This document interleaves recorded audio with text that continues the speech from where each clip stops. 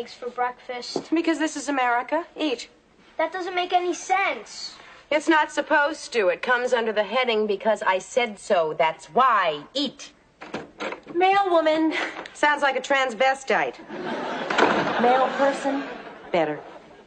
Okay, who gets to be occupant this week? I do. There you go. Here's a letter from Miss Jenny Lowell from Jason Crawford. Why does this envelope feel so warm to the touch? Okay, give me it, please. In a minute, I have a vibration from this letter. I see a young man and a young woman. He whispers in her ear softly, intimately. Please, there is a mother in the room. Did you use your influence into getting me my letter? Mom, hand it over. I just think it's so romantic that he writes to you even though he sees you every day. I think it's... Oh, never mind what I think. I'm just a mother. Here's one for you, Allie, forwarded from Connecticut. Really?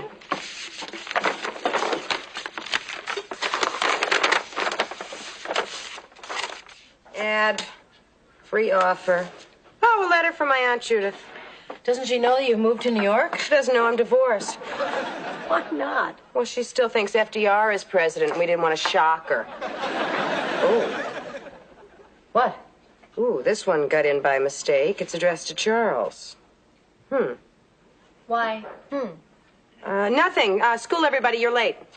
You're not late. I'm not? No, you have a minute or two. Oh, right. Coming, Mom? I'm just going to stay here and finish my coffee. I'll see you guys later. Bye. So? Smell. Are they putting perfume on the back of stamps these days? Look at the handwriting. Feminine. Very feminine. Almost submissive. Now read this. Private and personal. See why I kicked the kids out? I wonder how that one got into your envelope. Who knows? Probably in the rush to hide it from the present Mrs. Charles Lowell, they stuck it in the envelope for the previous Mrs. Charles Lowell. Who cares? Don't look a gift horse in the mouth. Meaning that you're going to open it even though it's marked private and personal. Meaning you don't think I should? Meaning it's none of my business. It wasn't in my envelope. But you wouldn't? Allie, if you're going to open it, open it. Leave me out of it. But if I do open it, you'll think I'm a snoop. No, a felon. Well, for your information, I am not going to open it. Good. Tomorrow night, when Charles comes to pick up the kids, I'll just hand it to him. Good. And hopefully the look on his face will tell me everything I need to know. Which is? Just how private and personal it really is. Let's face it, you're going to open it. I am not. You want to bet? Bet. Dishes for a week. Done. How am I going to know if you're telling me the truth? Since when did you start distrusting me? Since I found out that you open other people's mail. Bye. Damn.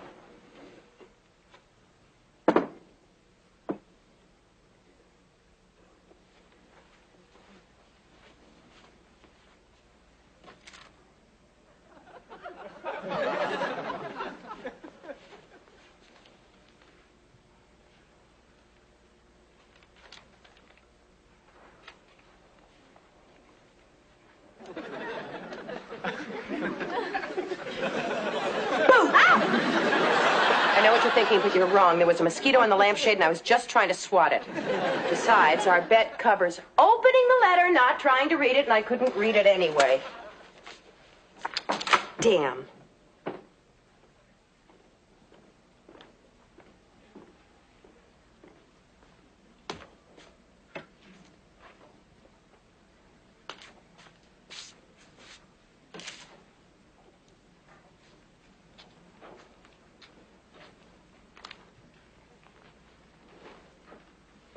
The hell with it. Hi, Night Owl. What are you doing, spying on me? Of course. Also, I couldn't sleep. Me neither. So, you gonna open it or not? Not. I'm proud of you. Of course, I'm not going to sleep either. Good. You can keep me company. You want to watch TV? It's 2 a.m. Rerun City. Okay. Enjoy this treasury of best love semi-classic.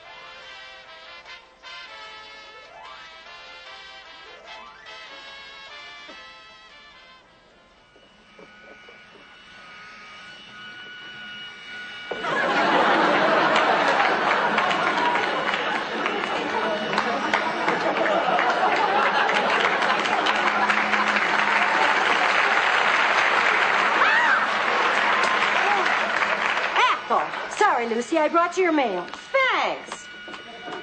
Antoine's is having a sale. You want to go? Oh, I can't. Ebenezer Mert saw that postcard and forbid me to go anywhere near the place. What's Fred got against spending money? Same thing as Jack Benny. Oh. What? A letter for Ricky. So?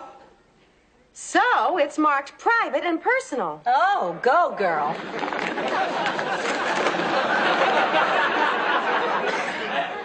It's a script, and there's a letter attached to it. You want to up the volume for those of us on this side of your mouth? It's a script for a new movie. The producer wants to audition Ricky for the part of the lead. He'll be here at 2 this afternoon. I smell a Cuban rat. Why? Ricky asked me to run an errand at exactly 2 o'clock just so I wouldn't be here. Now, why would he do that? I have no idea. What does that mean? What does what mean? I said I have no idea. No, you didn't. You said, I have no idea. Oh, face it, Lucy. You've been known to horn in on one of Ricky's auditions before. Me? That's ridiculous. Oh, so you're not going to read the script? Why should I? To find out if there's a part in it for you. That's why. The thought never occurred to me. I'll bet. Ethel, go home. All right, all right. Mind if I borrow the script for a while? Oh, no. This script is going right back in its envelope where it belongs. Case closed.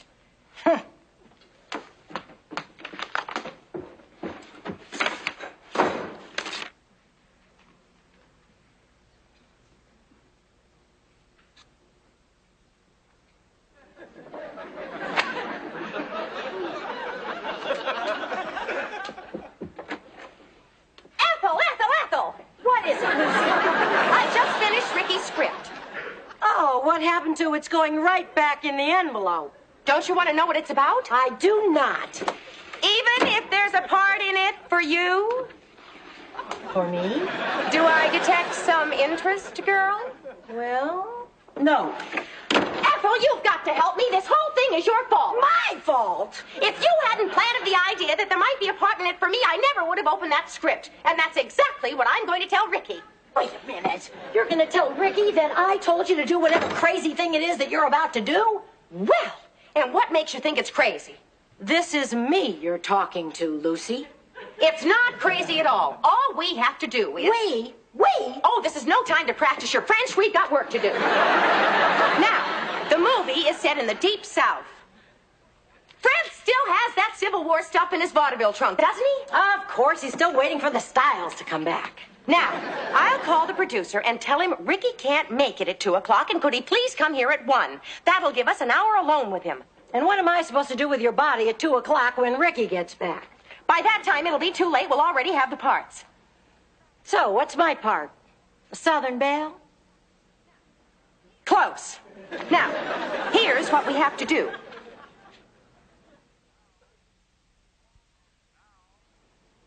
And now, more of Lucy. Ethel, where are you? I'm here, but I'm not coming out. Honestly. I don't want anyone to see me like this. Ethel, it's a Civil War picture, and your part is critical. Now get out here. The things I do for you. Now, remember, when he gets here, you've been working for my family ever since my father, Captain Beauregard McGillicuddy, lost the plantation in a poker game on the Mississippi Riverboat. Got it? Got it. Oh, no, he's here. Get ready for your entrance.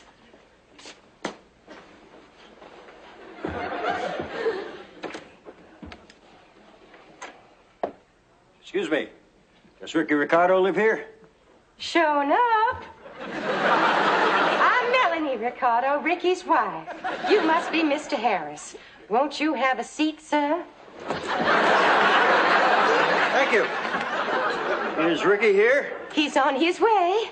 He asked me to entertain you in his absence. I had no idea Ricky was married to a Southern girl. Oh, yes. My father, Captain Beauregard McGillicuddy, was one of the Atlanta McGillicuddies, and my mother was Sarah Lou Betty Jo Mary Jane Johnson from Tallahassee. Well, it certainly is refreshing to meet a young woman these days who hasn't forgotten her roots. Twerk nothing. Way down upon the Swanee. Oh, you must be parched. Can I get you something to drink, sir? Oh, Mammy. Mammy, dear. Excuse me.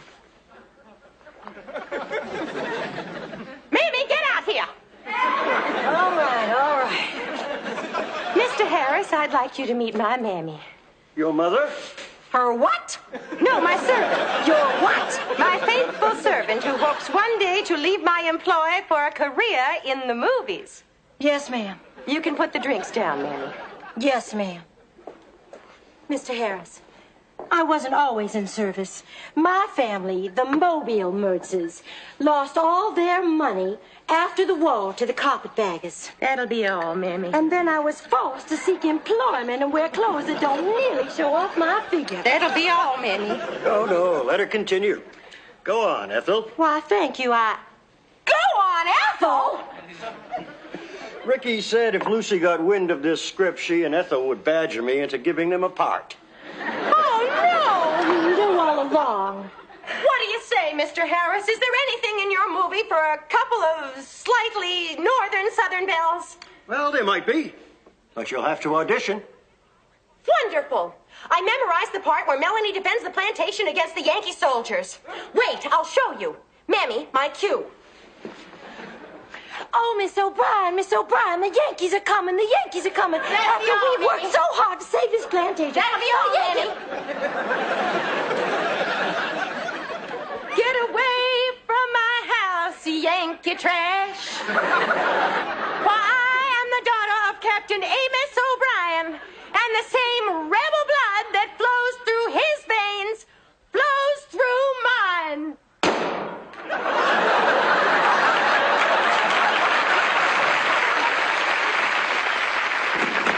Oh, my God, we've killed him. Now Ricky'll never get the part. What do you mean, we? I just work here. I don't know nothing about shooting, no.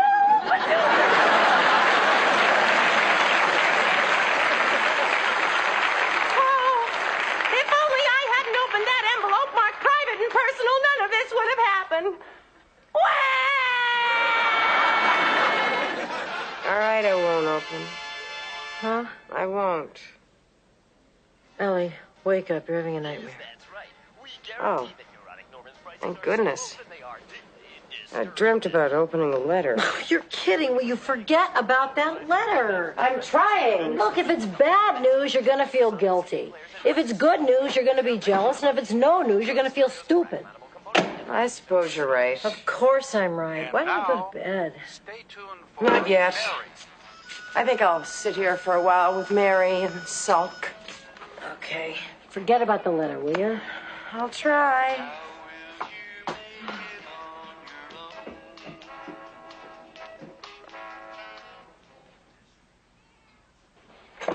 Mare, it's me.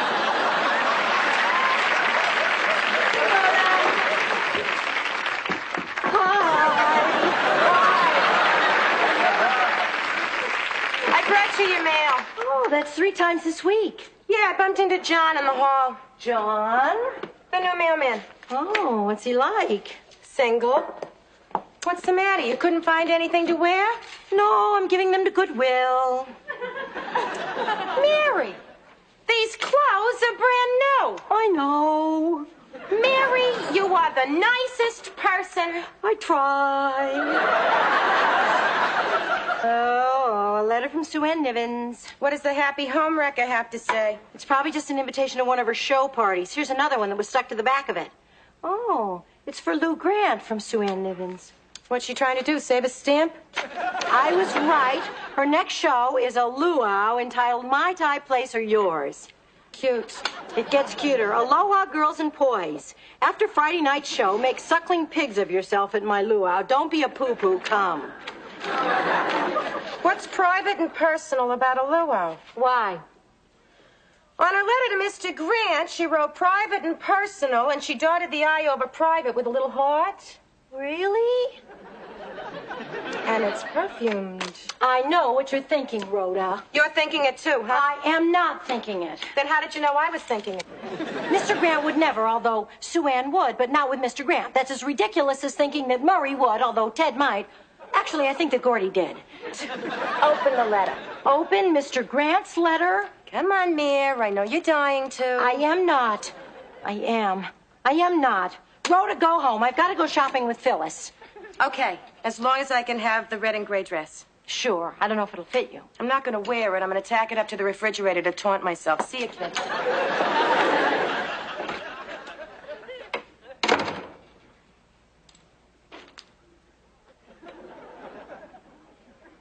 Aha! Quit you! Rhoda! Mary! Rhoda! Mary! Rhoda! Mary! Rhoda! Oh, my gosh. What? Nothing. It's just an ordinary invitation like mine. Mary? Swear this will stay between the two of us. I swear. What's it for? Well, it's an invitation, all right. It's for the weekend. Mr. Grant and Sue Ann Niven are having an.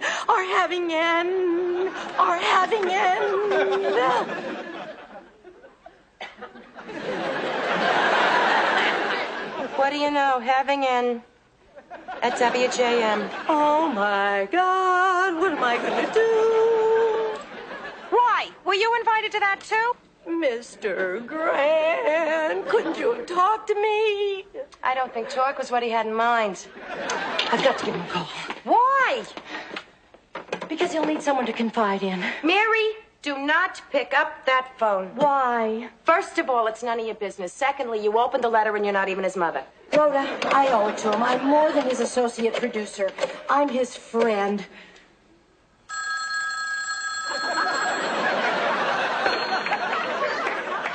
Hello, Mr. Grant.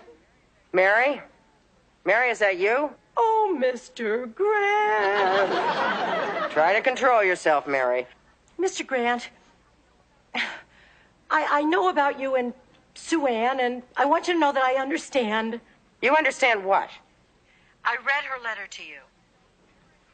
I just want you to know if there's ever anything I can do, you can count on me. Well, there's one thing, Mary. What's that, Mr. Grant? You can clean out your desk. Goodbye, Mr. Grant. So? I'm no longer WJM's associate producer.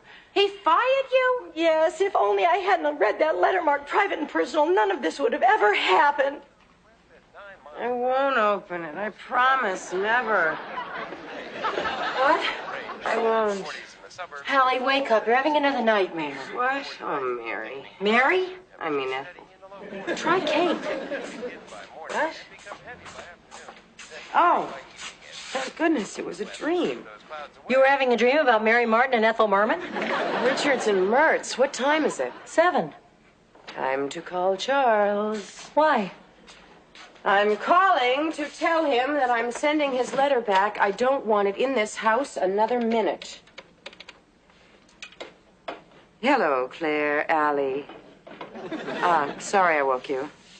And the baby. Is Charles there? I woke them. Yeah, Charles, hi. Listen, I'm calling to tell you that I got a letter addressed to you marked private and personal, and I'm sending it to you via the hospital. What? Really? Okay, hold on. Wants me to open it and read it to him. Really? I guess it's not what we thought it was. Shucks. Yeah, Charles? Hold on. Dear Dr. Lowell, the Jaguar you requested is out of stock in racing green. We do, however, have one in burgundy and one in white. Yours sincerely, Susan Bradley. Uh-huh. Uh-huh. Okay, goodbye, Charles. The Jaguar? Is that the cat or the car? The car. It's a surprise birthday present for Claire. No wonder it was marked private and personal. Yep. Well, at least I learned one thing from all of this. What's that? Never open anybody else's mail, because it'll just make you feel awful. I'm glad you learned your lesson. Amen.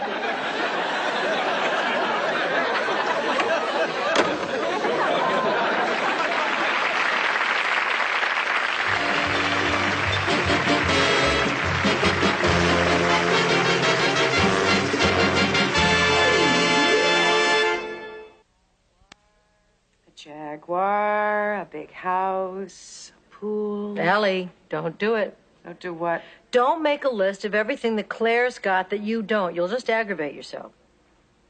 All right, I'll stop thinking about it.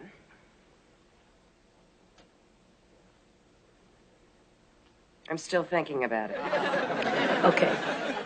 Then really think about it. What's that mean? Okay, take the Jaguar, for instance. What is your fantasy? Claire driving down the highway, the sunroof is open, the wind blowing through her hair. And who's sitting next to her pontificating about the scenery? Charles? Oh, now I get it. More. The house. Claire walking from over-decorated room to over-decorated room.